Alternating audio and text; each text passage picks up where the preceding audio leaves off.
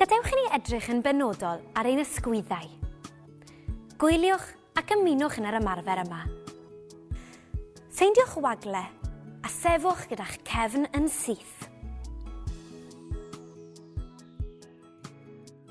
Gosodwch eich traed ychydig ar wahân yn wynebu 5 munud i 1.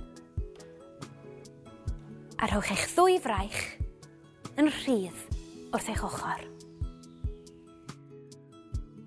Ar ôl 4, anadlwch mewn a chodwch eich ysgwyddau i fyny i gyfrif o 4. Daliwch, yna chwythwch allan am 4 curiad a gostwng eich ysgwyddau i'w safle gwreiddiol. Ac ymlaciwch. Barod? 1, 2, 3, anadlu, mewn, 2, 3, 4.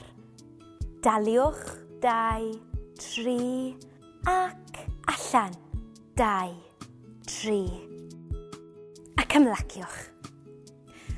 Doedd hwnna ddim yn ystym cyfforddus iawn i'w ddal nag oedd.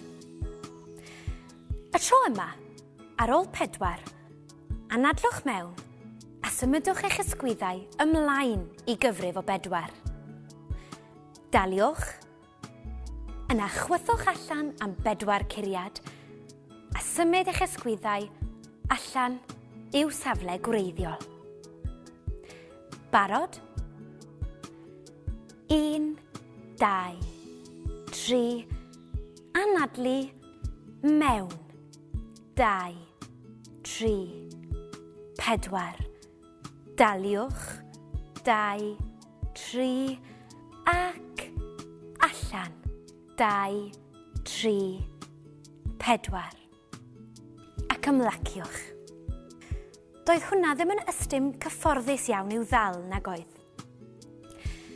Mae'r 2 symudiad yma yn dangos beth na ddyliwn ei wneud. Wrth anadlu mewn, mae'n bwysig i beidio â chodi'r ysgwyddau na'i symud ymlaen nac yn ôl, am y bydd hyn yn tynnu rhan uchaf y corff ac yn effeithio'r anadlu.